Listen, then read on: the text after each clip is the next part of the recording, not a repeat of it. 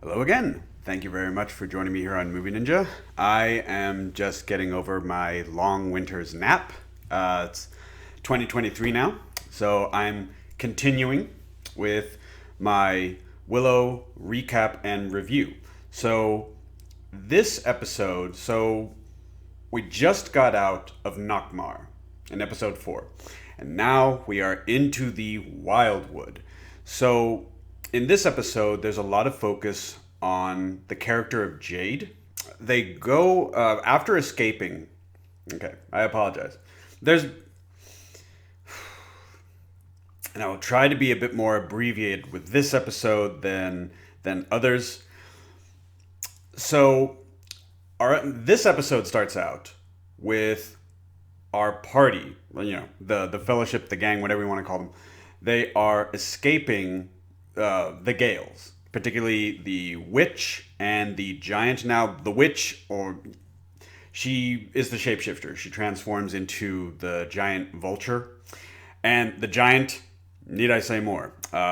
Someone who probably is a bit more at home in an Elden Ring style game than particularly like this series, but he's really good. He's like a really good sort of like tank.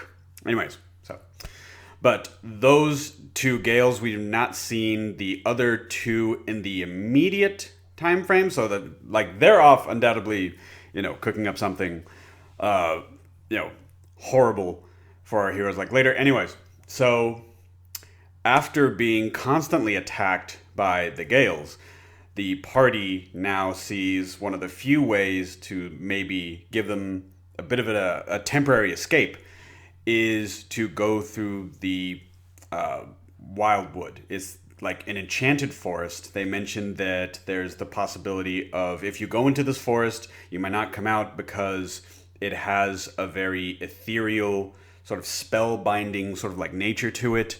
And, but hey, it's not the situation that we want to be in, but we got to take this risk anyway. So they do escape to the Wildwood, and they are captured by the Bone Reavers. We also learn a lot more about Jade's backstory. And then a lot of chill, lull time. It turns into a kind of like a strange, sort of like a celebration for reasons that I'm going to get into in the spoiler section here. And then it ends with a cliffhanger, like because the village that the Bone Reavers, rule over, it's attacked. It's attacked. So, and then that leads us into the next episode. So, my overall thoughts for this episode. Okay. This is my least favorite episode so far. I don't want to harp on this, but okay. So I also can't be disingenuous about these things. I don't know what song opens the episode opens very strong. We have, like I said, the Gales are attacking, our party, and there's this I don't know, nor could I be bothered, which says a lot. It's bad. It's like college femme rock. Not in and of itself a bad thing, not. But there's this song that is quite clearly not at place here. For a half second when the episode started, I was excited because you see Borman and then you see the witch and she's already transformed. She's swooping down and it's, excellent. We're starting off strong. It's going to be action. And then you hear the song. It's completely out of place. And I laughed. And that was not one of their comedy bits. I don't think so, unless the show was trolling itself. I don't know who okayed this.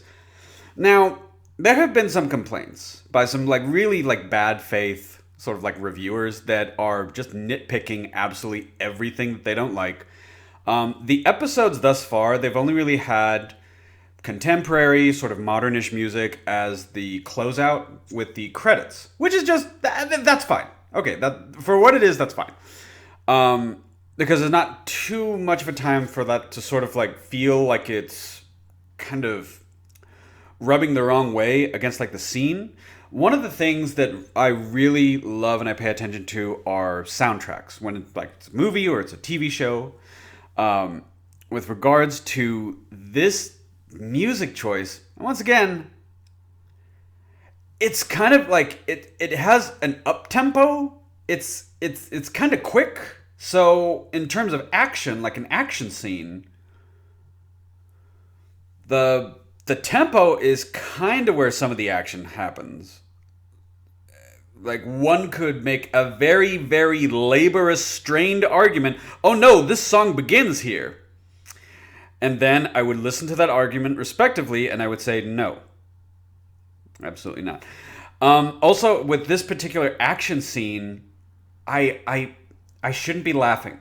I really don't feel that that's the type of emotion that this should meet. And like, there were a few things. I had to rewind the opening couple of minutes a few times for this because there were certain things that just didn't make a lot of sense. But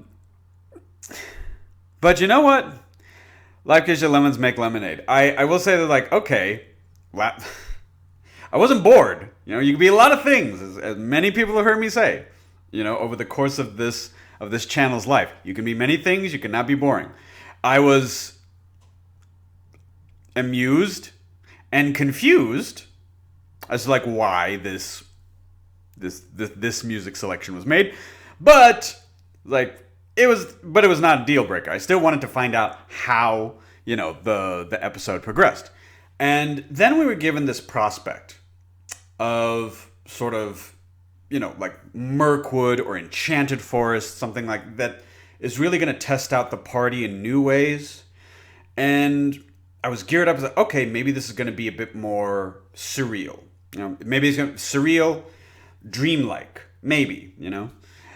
Yeah, we're not getting Tchaikovsky Stalker or Sans Soleil out of this series. I know that. I didn't sign up for that. But that's like, you know, we're in the Enchanted Forest, we're in the Wildwood for about 5 minutes, and then our party is they are attacked and they are captured by the Bone Reavers. Now, we've only seen the Bone Reavers one other time up until this point in the series, and that is episode 1, where they were like the marauders that have got onto just like everyone's radar. It's like, oh man, the Bone Reavers, they're attacking, you know, settlements close to the frontier and things like that. Okay, wow, these must be serious characters.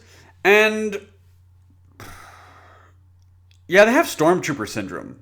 And what I mean by that is that they are meant to be serious and menacing, but from what we also see in the show, they're kind of soft-boiled. They're not like, they're not that much of a threat. I'm assuming that they only send out like the elite squad to burn villages and steal stuff and things like that, because these folks, like, yeah, you don't really get that kind of League of Shadows sort of like, you know, like sort of like feel like, and yes, the League of Shadows was a secret assassin guild. But my point being is that like you are still meant to take these antagonistic characters seriously. So the party is split up after they are captured, and during that time, there's also an interrogation of Borman. We learn a little bit more about Borman's backstory, kind of how it filled in a few of the gaps as to exactly what happened between his separation from the Bone Reavers, his capture by another group, and then his arrest and incarceration in Tirisleen. And kind of bringing it full circle to where we are in the episode at that time. His escape involves a type of humor that I feel like is a bit, I don't know, I'm going to sound like such a prude, but it's mostly just like gross out humor. I've never really liked that. I didn't like that with like Ren and Stimpy or the Rugrats, like a bunch of like stuff that when I was growing up and they used to lean on like gross out humor for a number of reasons, and like yeah, that never worked for me. And it didn't really work for me like here either. And it's clearly meant to, one, we're supposed to see like his charismatic sort of like storytelling, like fact bending sort of like way, like he can charm people and he can make them believe kind of almost like anything. And how Borman escaped his captors, and then like there's a sight gag where it's pretty much just like a shampoo commercial. I was like, oh, okay. I mean, like, yeah, like that moment was less funny than the inappropriate music choice at the very beginning of the episode. So like, yeah. We do learn a little bit more about Borman and his story. And I would say the most interesting aspect of this episode is that we learn more about Jade. Now, because it turns out that Jade has a connection to the Bone Reavers, which was hinted at, which was alluded to in the previous episode, The Whispers of Nockmaar. But now we have, we have building on that foundation. And so a lot of this episode was mostly dedicated to understanding who the Bone Reavers were and who Jade is as well. Like, so we're learning more about Jade.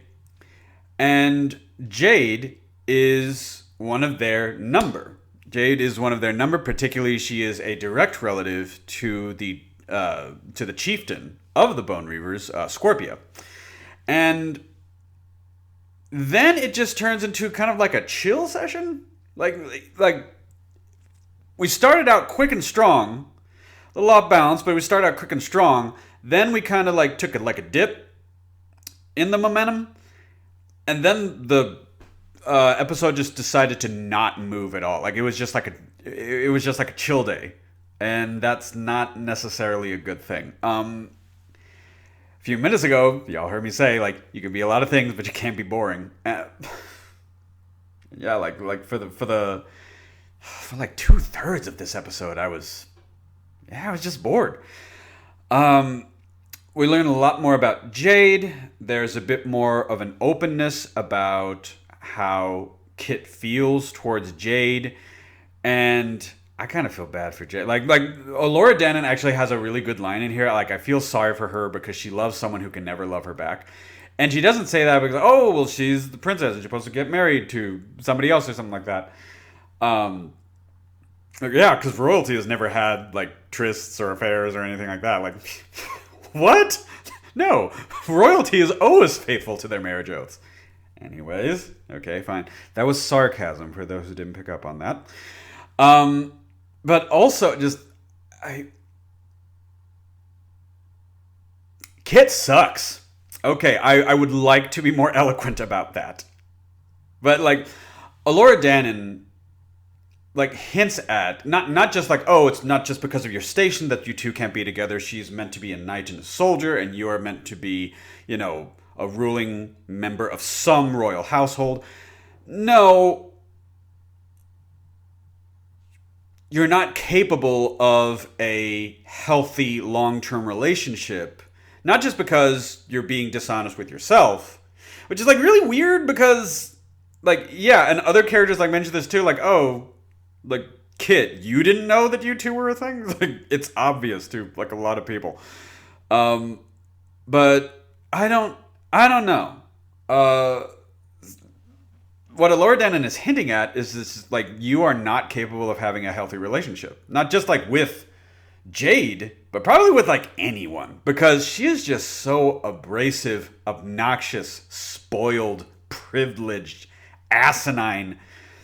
The writers really did a number on this character. Like, there's maybe 1 or 2 moments per episode where it's like, oh, okay, she's not abhorrent right now. And once again, I'm talking about a character. No one get confused. Like, I'm talking about Ruby Cruz or, like any of her previous projects or anything like that. I'm just talking about this character that is just meant to be kind of, I'm tempted to say low-key loathsome. But no, this is not a person I would like to have like an any type of like mission or even just a standard like an office job. This would be someone who starts drama deliberately just because when you're starting drama and you're sowing discord among other people, you don't have to think about how horrible of a person you are. She's that kind of personality. And yeah, she thinks she's all that because she's been led to believe, like, especially, and it called it.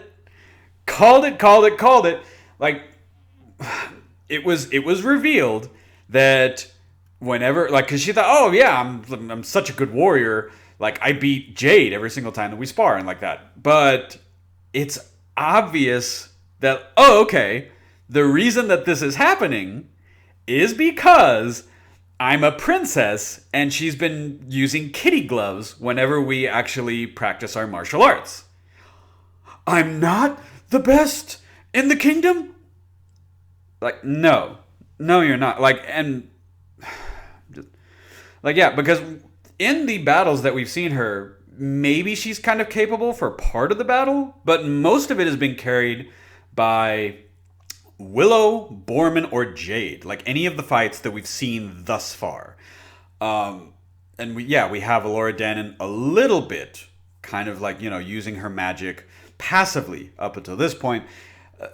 Graydon, also, just like, there's this, aside from trying to figure out where their relationship is going, if it's going anywhere. To be honest, Jade, you can do better. You really can, okay?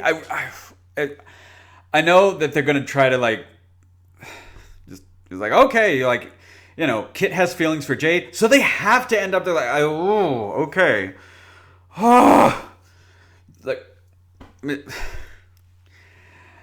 I'm just kind of like leave it at that. Jade, you can do better. Queen, you can do better. Anyways.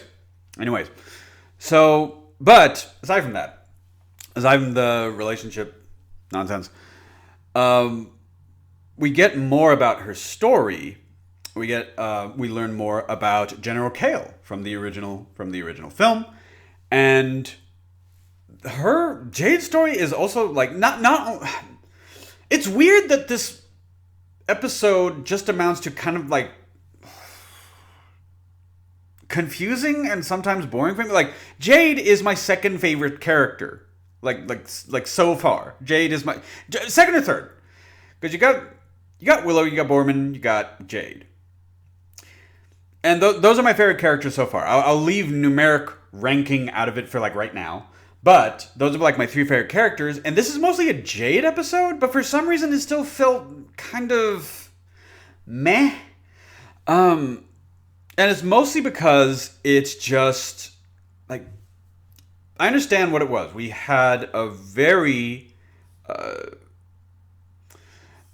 the party like in the Whispers of Nockmaar, it was very trying and stressful and painful for the party. So I guess they wanted, like I said, a bit of like, they were slowing down a bit for the sake of like the characters. But I think they slowed down too much. I think they focused on just different areas because Graydon wants, like, now it's very clear Graydon wants a relationship with Alora.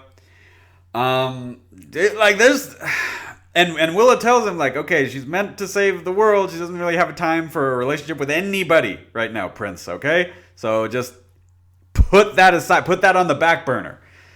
But, like, yeah, and okay. And especially because, I know that some people are going to sort of like check me on this. But he's not... There's socially awkward, and then there's just kind of like painful. I don't know the exact ages of any of these characters. I would say, like, I think they're being sort of like shown as sort of like late teens to sort of like meet sort of like like young audience demographics. But I know for a fact that they're all in the like everybody's in their 20s. There's not a teenager like among the cast. But for him, it's just like to be this incapable of like just typical interaction, That being said, if you look into the history of like royals, as far as like how socially capable they were, there's a lot of cases where, like, take the marriage of Catherine the Great. To, oof, to be honest, I can't remember the czar's name, but that's because he is such a subpar delta that it's not even like where the country was afloat thanks to Catherine during her reign. But anyways, like, but you look at, you know, the royal houses of the United Kingdom, the royal houses of Spain, the royal houses of Germany, the Habsburgs. You know, like, you look at these things and you sort of say, like, yeah, these are not particularly like functional people in terms of communication or any type of human interaction. One could even make the argument that that's still kind of the case in certain places. But anyways, gonna leave that elsewhere. You know, talking about Willow. But it's just like, okay, dude, this is not the time to be mopey and to think about your relationship prospects. Okay, there's bigger things happening here, right? And the episode ends out with Jade being accepted into the Bone Reaver community after learning more about her history. And we have this like weird cover of Crimson and Clover, but we never see in the episode, like, okay, is there a band? Like,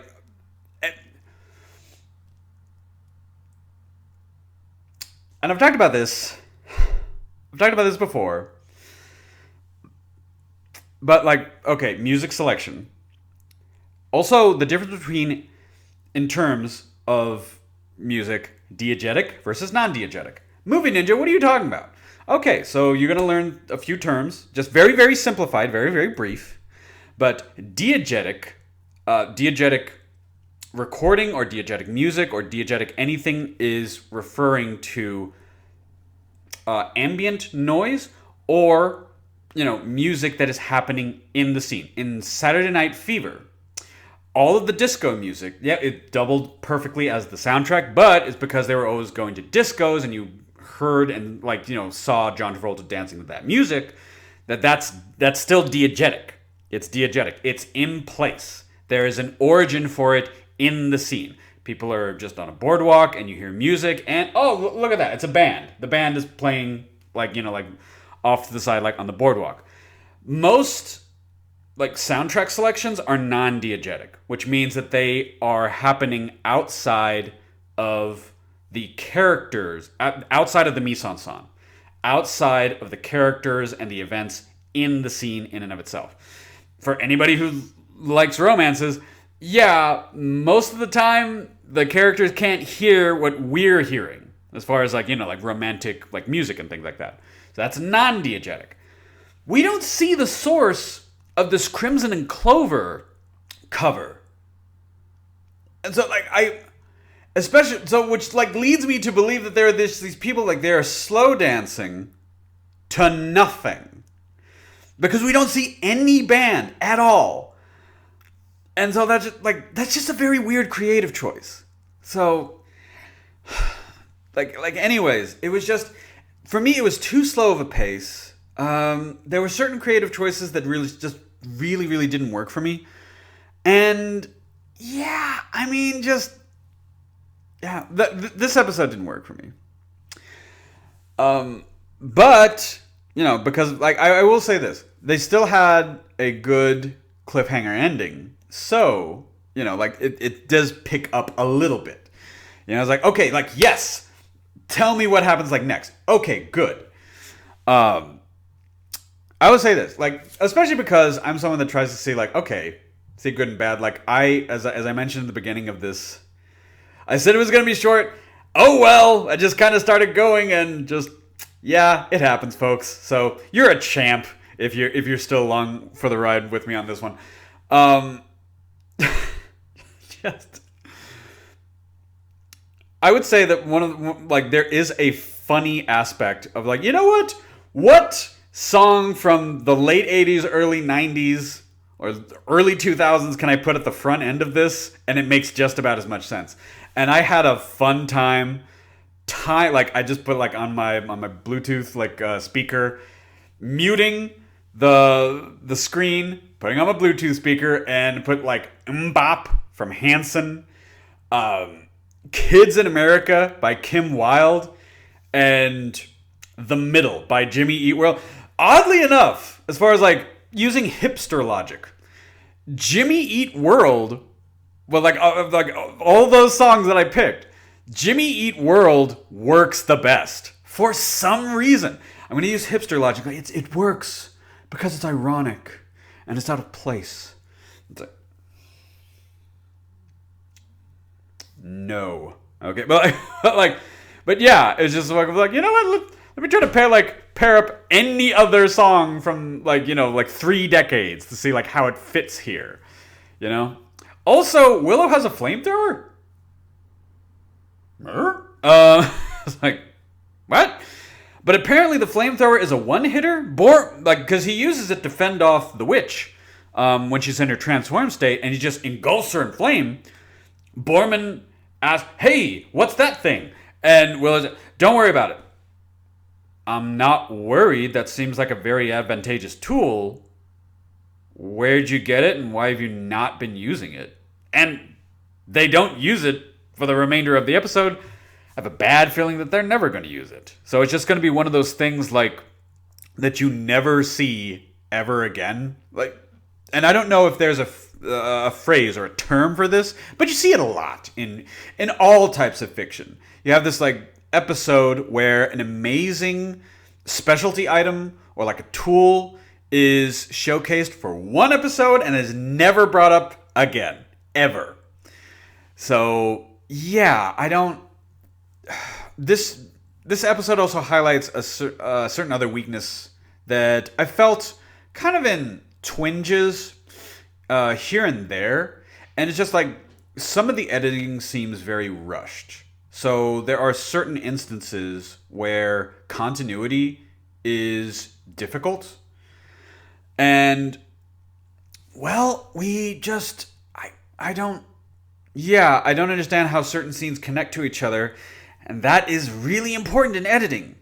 Now, due to interviews that I've looked into with the cast and crew of this series, also sometimes continuity is wonky at best, because apparently there were times where the cast was allowed to improv scenes, and then they just kept that footage. Yeah, and you can kind of feel it. Like when the series seems a bit too meta at times, it feels a bit too contemporary, or when there are certain aspects that just don't line up. In the Battle of the Slaughtered Lamb, Borman was investigating for the Lux Arcana down a well.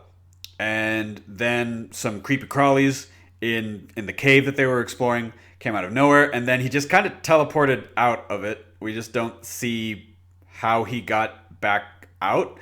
And there's different areas where I sort of like wonder as to like why this was just allowed to kind of happen the way it did. And there's a moment in here where Willow and Prince Graydon, are captured. They meet up with Rule, and he gives them a map, but I guess their like prison cell, if you can call it that, I guess it's not closed off, which means that it's not a cell. And I don't know. It's just, there was a number of problems with this episode, unfortunately. So at this time, this is my least favorite episode. But like I said, I think it had, like, action-wise, and you know what? The same can go like, okay, play some Metallica, play some of Two Steps from Hell, like play some Nightwish at the very beginning or the very end of this episode or something, like make that work. I don't know what you could put in place for the Crimson and Clover cover. I wish the producers knew that bardcore was a thing, that people take like people that use classical instruments reuse them to actually like do a lot with sort of like pop songs from like the 70s to like adult contemporary. And it sounds great, and you kind of like retrofit it for, for the series. But anyways, so yeah, I apologize. Mostly just because I said this is going to be abbreviated, but sometimes you just get going. You do.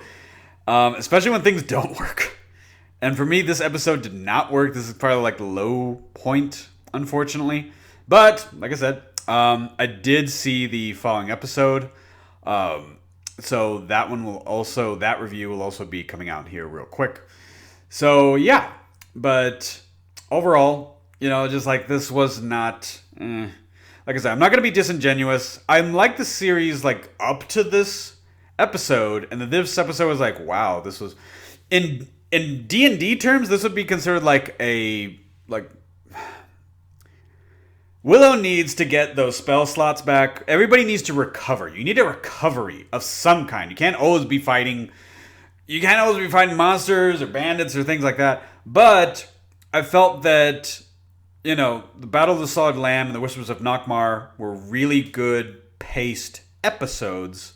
And they had decent like action and intrigue to them. And this was just kind of like, it felt like it was just sitting there. The pacing was not good up to this point. I don't know. But anyways, thank you very much for joining me here on Movie Ninja. And I hope you have a great rest of the day.